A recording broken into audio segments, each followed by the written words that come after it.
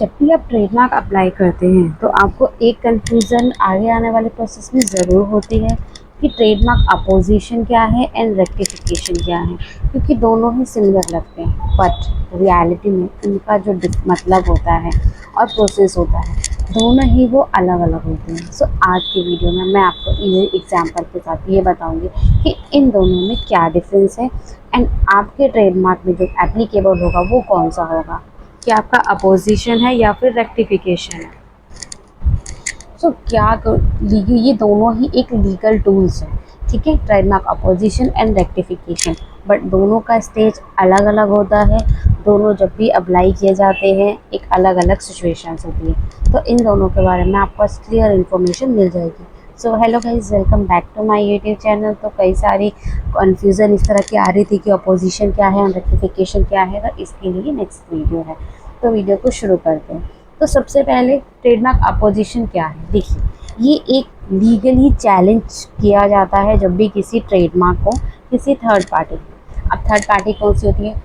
जो एप्लीकेंट होता है वो फर्स्ट पार्टी होती है, सेकंड होती है ट्रेडमार्क डिपार्टमेंट हो गया, और थर्ड हो गया अनदर कोई पर्सन। ये आपने समझ लिया कि थ्री पार्टीज कौन सी हुई, ठीक है। एक होता है जब आपका ट्रेडमार्क एक्सेप्ट हो जाता है, ठीक है। जब ट्रेडमार्क एक्सेप्ट हो जाता है और रजिस्टर्ड होने में बीच में 4 मंथ का वेटिंग पीरियड होता है, ठीक है।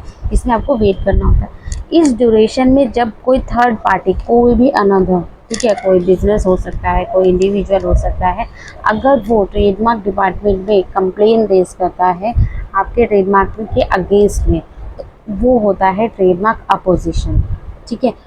इसलिए क्या होता है, लीगल ऑब्जेक्शन किया जाता है विद इन 4 मंथ। जब एक्सेप्ट हो जाता है उसके बाद उसके और रजिस्ट्रेशन के बीच में 4 मंथ होते हैं। उस 4 मंथ्स में क्या होता है, आपका जर्नल पब्लिश होता है। तो जब जर्नल पब्लिश होता है उस ड्यूरेशन में जब कोई भी लीगल ऑब्जेक्शन करता है तो उसको ट्रेडमार्क अपोजिशन कहा जाता है। इसका मतलब कि आपका ट्रेडमार्क एक्सेप्ट तो है बट वो अभी वो रजिस्टर्ड नहीं होगा जब तक आपका वो अपोजिशन क्लियर नहीं होगा, ठीक है। अगर आपके हक में फैसला आता है, मीन्स एप्लीकेंट के हक में आता है, तो ट्रेडमार्क रजिस्टर हो जाएगा। और अगर अपोजिशन के हक में आता है तो जो भी उनका डिमांड होती है वो पूरी की जाती है डिपेंडेंट हुए। But it's not easy. सिर्फ अपोजिशन लगाने से ऐसा नहीं होता कि आपका ट्रेडमार्क 100% रुक ही गया है, ऐसा नहीं होता है। तो ये क्या होता है, ये क्यों किया जाता है? कोई भी थर्ड पार्टी देखिए ऐसे तो करेगी नहीं टाइम पास करने के लिए। अगर किसी भी थर्ड पार्टी को लगता है कि आपका जो ट्रेडमार्क एक्सेप्ट हुआ है वो उसके ट्रेडमार्क से सिमिलर है, ठीक है, पब्लिक में कंफ्यूजन आ सकती है, डिसेप्टिव है, मीन्स कि जो एप्लीकेंट ने जो ट्रेडमार्क फाइल किया हुआ वो चोरी का क्या, मीन्स कि सेम उसी की जैसे कर दिया, हल्का फुल्का चेंज कर दिया गया या जानबूझ के किया गया है, या कोई भी लीगल प्रोविज़न को वायलेट किया गया, तब इस तरह की जो है वो अपोजिशंस लगाई जाती है। तब देखिए, अब इसको हम डिटेल में देखते हैं।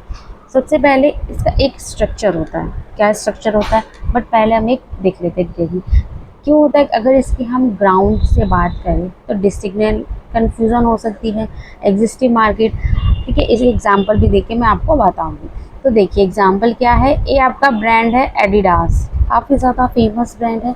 अब मान लीजिए किसी ने अप्लाई कर दिया है एडिडोस, ठीक है। अब किसी भी रीज़न से, ठीक है, ट्रेडमार्क डिपार्टमेंट ने इसको एक्सेप्ट कर दिया। तो जो एडिडास है, एडिडास का जो ब्रांड है वो क्या करेंगे, वो एडिडोस को जब कंप्लेन फाइल करेंगे ट्रेडमार्क डिपार्टमेंट में, तो वो क्या होता है, वो एक अपोजिशन फाइल करना होता है। क्यों? क्योंकि आप खुद देखिए ये एकदम सिमिलर लग रहा है। तो जो मार्केट है, मार्केट में जो लोग हैं जो शॉपिंग करते हैं उनसे क्या हो सकता है, ये कन्फ्यूज़न हो सकती है कि ये तो एडिडास का ब्रांड है, मे बी एडिडोस अच्छी क्वालिटी ना दे, तो हम जो कस्टमर्स वो क्या बोलेंगे कि एडिडास का ब्रांड ही ख़राब है, क्योंकि देखने में एकदम सेम है, हल्का सा फ़र्क है बस। तो ये चीज़ होती है। सो जुरिडिक्शन इसका कैसे, सबसे पहले जुरिडिक्शन जो इसका होता है, सबसे पहले अगर किसी को भी अपोजिशन करना है तो आपको ट्रेडमार्क डिपार्टमेंट में करना होगा, ताकि क्या होगा, जो रजिस्ट्रेशन है वो प्रोसेस रुक जाए, ठीक है। आप सोचेंगे कि नहीं मैं यहाँ पे छोड़ के मैं बाकी कोर्ट में जाके अपना केस फाइल कर देता हूँ, वो भी आप कर सकते हैं, बट वहाँ जब तक करेंगे तब तक तो ये रजिस्टर्ड हो जाएगा। तो जब भी कभी भी ऑब्जेक्शन होता है तो ट्रेडमार्क डिपार्टमेंट में ही करना होता है। अब इसका प्रोसेस क्या है, सबसे पहला प्रोसेस है कि नोटिस ऑफ अपोजिशन। एक अपोजिशन, एक फॉर्मल ऑब्जेक्शन, एक एप्लीकेशन फाइल की जाती है। उस पर एप्लीकेंट को क्या करना होता है, एक पर्टिकुलर टाइम, जब भी अपोजिशन फाइल किया जाएगा तो डिपार्टमेंट एप्लीकेंट को क्या करेगा, उसको एक नोटिस देगा, ठीक है, कि आपके ट्रेडमार्क के अगेंस्ट में ये जो है ऑब्जेक्शन जो है अपोजिशन फाइल हुआ है एंड आपको इसका रिप्लाई सबमिट करना है। तो जो रिप्लाई होता है उसको हम काउंटर स्टेटमेंट बोलते हैं। जो एक पर्टिकुलर टाइम में, जो उसी नोटिस में जो आपको रिसीव होगा, आपको हार्ड कॉपी भी रिसीव हो सकती है या फिर आपके जो ट्रेडमार्क के जो एप्लीकेशन है, जो फाइल है ई रजिस्टर पर, जब भी आप चेक करेंगे उसमें शो करेगा। किसी किसी केस में आपको मेल और मैसेज भी आ सकता है, बट आपको अपने ट्रेडमार्क को चेक करते रहना है या जो भी आपके प्रोफेशनल्स है वो आपको अपडेट करेंगे, ठीक है। वो टाइम जनरली 2 मंथ्स का होता है। 2 मंथ्स के अंदर में आपको काउंटर स्टेटमेंट फाइल करवाना होता है। उसके बाद क्या होता है, दोनों पार्टीज जो है अपने अपने एविडेंस फाइल करेगी। एविडेंस एफिडेविट में जो भी सपोर्टिंग डॉक्यूमेंट है वो फाइल करेंगे। उसके बाद हियरिंग होती है, ठीक है। हियरिंग पे क्या होता है, ऑनलाइन भी होती है, ऑफलाइन भी होती है। तो उसमें क्या होते हैं, दोनों तरफ के जो प्रोफेशनल्स है वो अपना अपना जो है पॉइंट रखेंगे। तो इस हिसाब से जो एग्जामिनर है वो उसमें जो है कोई भी डिसीजन लेगा।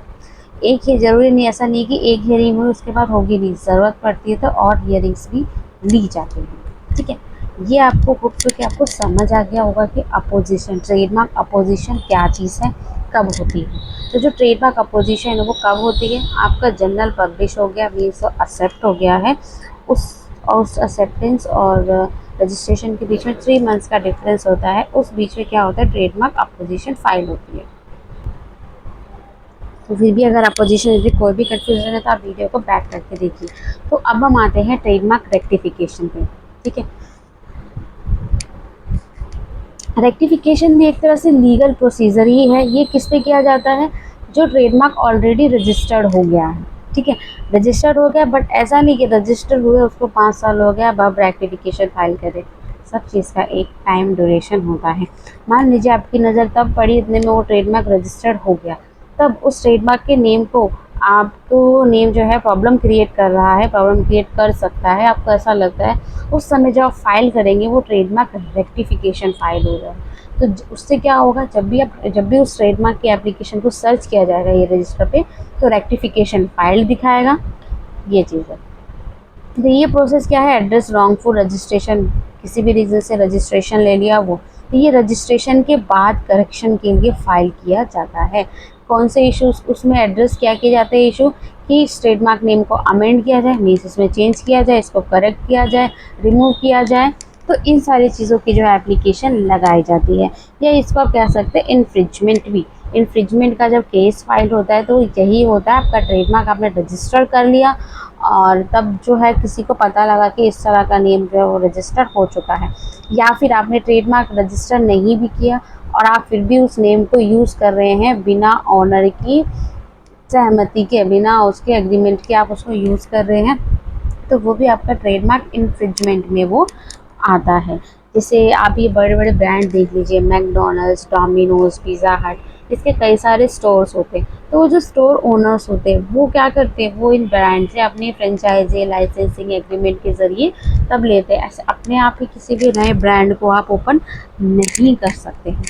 तो इसमें ट्रिगर क्या किया जाता है, देखिए कॉमनली यूज मार्क्स होते हैं, गलती से कई बार रजिस्टर हो गए, ठीक है, कई बार एप्लीकेंट को भी नहीं पता होता, तो अगर एप्लीकेंट जो है सपोर्ट करते हैं, ठीक है हमसे गलती होगी हम इसको हटा देते हैं, तो फिर प्रॉब्लम वहीं ख़त्म हो जाती है, तो आगे वो उसको यूज़ नहीं करते हैं।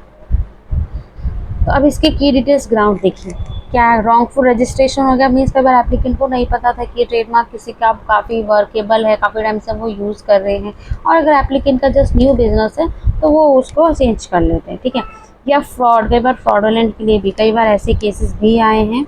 कोई एक बिजनेस था, मान लीजिए पार्टनरशिप में हुआ या फिर मल्टीपल डायरेक्टर्स के साथ, और जब भी वो कंपनी बंद हुई तो उसमें ये एग्रीमेंट ज़रूर होता है कि उस कंपनी का जो भी नेम है वो कोई भी पार्टनर या डायरेक्टर यूज़ नहीं करेगा, बट उनमें से किसी एक डायरेक्टर ने उसको यूज़ करना शुरू कर दिया, ट्रेडमार्क अप्लाई कर दिया।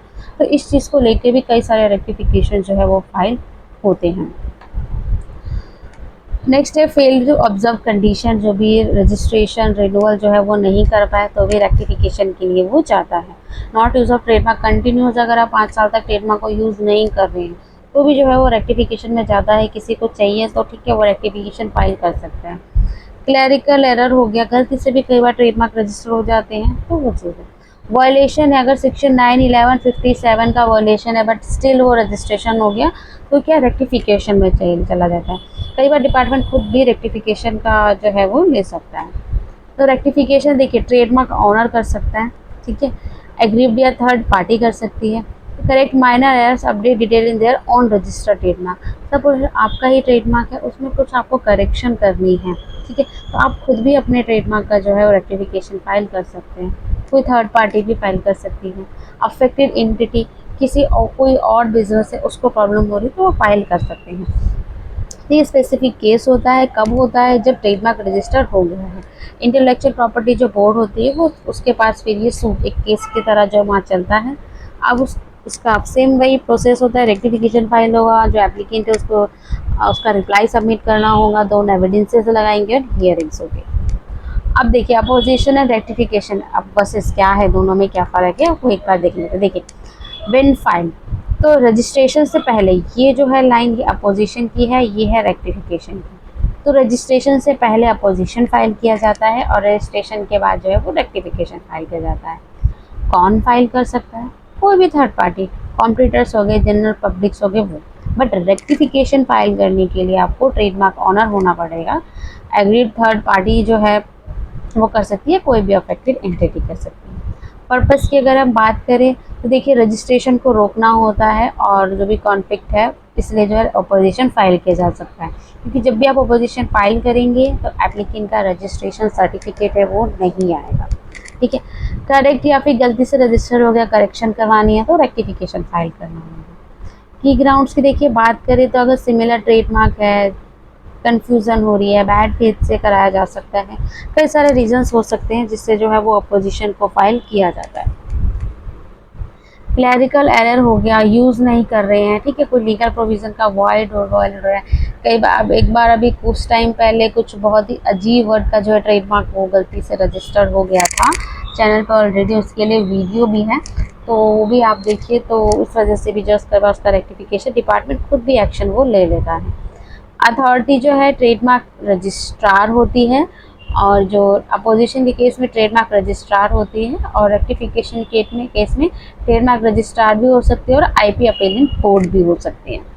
तो होप्सो कि देखिए थोड़ा ज़्यादा ट्रिकी है, आपको जब ध्यान से आप इसको देखेंगे तो आपको डेफिनेटली आपको जो है वो समझ में ज़रूर आएगा। उसके बाद देखिए अंडरस्टैंडिंग, क्या अंडरस्टैंडिंग इन प्रोसेस को हम किस तरह से जो है वो समझ सकते हैं।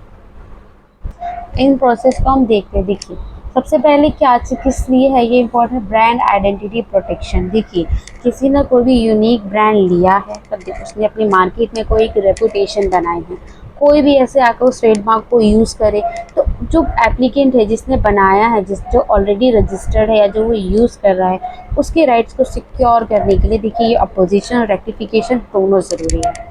फेयर कंपटीशन भी होना चाहिए ताकि जो है मिसयूज़ को रोका जा सके, रॉन्गफुल मोनोपलाइज को रोका जा सके, जो गलत प्रैक्टिसेस हैं उनको रोका जा सके। अगर ये अपोजिशन और रेक्टिफिकेशन का मान लीजिए प्रोसेस होगा ही नहीं तो फिर क्या होगा, कोई भी किसी का भी ट्रेडमार्क सिक्योर नहीं रहेगा, कोई भी उसको यूज़ कर पाएगा, क्योंकि मेन क्या है रजिस्ट्रेशन आने से उसको रोका जा सकता है। लीगल कंप्लायंस है, ensure accurate and compliant trademark records, ताकि फ्यूचर में जो है लीगल रिस्क का प्रॉब्लम जो है वो ना हो। स्ट्रेटेजिक देखिए एडवांटेज दी जाती है, आपको पता है कोई भी उस सेम ट्रेडमार्क को अप्लाई नहीं करेगा क्योंकि उसको पता है कि उसको वो मिलने वाला तो है नहीं, तो इस तरह से जो है वो करेंगे आगे। नेक्स्ट है कुछ क्वेश्चंस आपके मन में होंगे, बट स्टिल कुछ क्वेश्चन मैं आपको साथ डिस्कस कर रही, बट स्टिल कुछ भी रह जाता है या फिर आपको रेक्टिफिकेशन अपोजिशन के बारे में कुछ भी इंफॉर्मेशन चाहिए, फाइलिंग्स करानी है, तो उसके लिए भी आप हमसे कॉन्टेक्ट कर सकते हैं। बट अभी हम कुछ क्वेश्चन देखेंगे। क्या हम ट्रेडमार्क को अपोज कर सकते हैं अगर वो रजिस्टर्ड हो जाता है? बिल्कुल भी नहीं। रजिस्टर्ड के बाद देखिए प्रोसेस वही रहता है बट नेम अलग है, उस समय क्या होता है आपका रेक्टिफिकेशन फाइल होता है। रजिस्ट्रेशन से पहले आपका क्या होता है वो अपोजिशन फाइल होता है। अब मान लेते हैं कि आपको पता चल गया कि इस पर्सन ने ट्रेडमार्क अप्लाई किया हुआ, तो उस समय क्या आप कर सकते हैं? कुछ भी नहीं, आपको वेट करना होगा वो ट्रेडमार्क कब एक्सेप्ट होता है, ठीक है। उसके बाद है how long does rectification typically take, कब तक हम जो है रेक्टिफिकेशन को ले सकते हैं। देखिए बाद में भी ले सकते हैं, बट क्या है कि रेक्टिफिकेशन टाइम तो लेता है, 1 साल तो आपका लेगा, बट डिपेंड करता है आपका केस कितना कॉम्प्लेक्स है, कितने उसमें एविडेंसेस लगते हैं। जितना कॉम्प्लेक्स, जितना डीपली वो केस जाएगा उतना उसको टाइम लगेगा, फिर उतनी ही हियरिंग्स जो है उसमें जाएगी, तो डिपेंड करता है। उसके बाद देखिए क्या ट्रेडमार्क ऑनर रेक्टिफिकेशन फाइल कर सकते हैं, यस कर सकते हैं अगर उनको लगता है। कई बार देखिए क्या होता है कि जब भी किसी पार्टी को प्रॉब्लम होती है तो वो क्या करती है, सबसे पहले वो एक नोटिस भेजती है डायरेक्ट एप्लीक जिससे उसको प्रॉब्लम है उसको। मान लीजिए एक ए है, उसने कोई ट्रेडमार्क लिया, ठीक है। अब बी है, उसको प्रॉब्लम हो रही है कि या बी ने क्या किया, ए को नोटिस दिया कि जी आपने जो ट्रेडमार्क लिया है वो आप बैकआउट कर लीजिए क्योंकि ये हमसे मिल रहा है और हम इतने सालों से इसको यूज़ कर रहे हैं, तो हम अभी कोई लीगल एक्शन नहीं लेना चाहते। अगर आप इस नोटिस का प्रॉपर आंसर नहीं करेंगे तो ज़रूर लेंगे। तो ए ने सोचा कि ठीक है अभी मेरा न्यू बिजनेस है, मैं क्यों लीगल कॉम्प्लिकेशंस में पढ़ूँ। ए ने क्या किया, जब रजिस्टर हो गया तो रेक्टिफिकेशन फाइल कर सकता है। तो बी ने अपने नोटिस में उससे सजेशन भी दिया होगा कि आप इसको रेक्टिफिकेशन फाइल करिए या फिर कैंसिल कर लीजिए। तो ठीक है, उस केस में ए क्या करेगा, रेक्टिफिकेशन या कैंसिलेशन का उसमें डालेगा। डिपेंड करता है बी उसको कैंसिल करने से राजी है या फिर उसमें कुछ चेंजेस करने से राजी है, तो डिपेंड है। जैसे कि सरदार बख्श और सरदार जी बख्श का था, तो सरदार बख्श सरदार जी बख्श, इसमें क्या था, इनको स्टार बक्स ने इनको अपोज किया था। तो स्टार बक्स ने किस लिए अपोज किया था, क्योंकि सरदार जी बख्श का जो लोगो था वो स्टार बक्स से मैच होता था। तो स्टार बक्स का ये कहना था कि आप अपने लोगों को चेंज कर दीजिए, इमेज को चेंज कर दीजिए, क्योंकि स्टार बक्स को अपने सरदार जी बक्स के ट्रेडमार्क के नेम से कोई प्रॉब्लम नहीं थी, उनको उनके लोगों से प्रॉब्लम थी। तो सरदार जी बख्श ने क्या कि अपना लोगों को चेंज करवा लिया, तो ये चीज़ है। अब क्या होगा अगर ट्रेडमार्क 5 साल तक यूज़ नहीं कर रहे हैं। देखिए अगर आप यूज़ उसको नहीं कर रहे तो उसके रिमूवल के लिए कोई एप्लीकेशन लगा सकता है, तो ऐसा रिमूवल के लिए एप्लीकेशन लगाएगी तो एप्लीकेंट को भी उसमें अपीयर होना पड़ेगा, नहीं होगा तो फिर जैसा डिपार्टमेंट को ठीक लगेगा वैसा वो करेगा।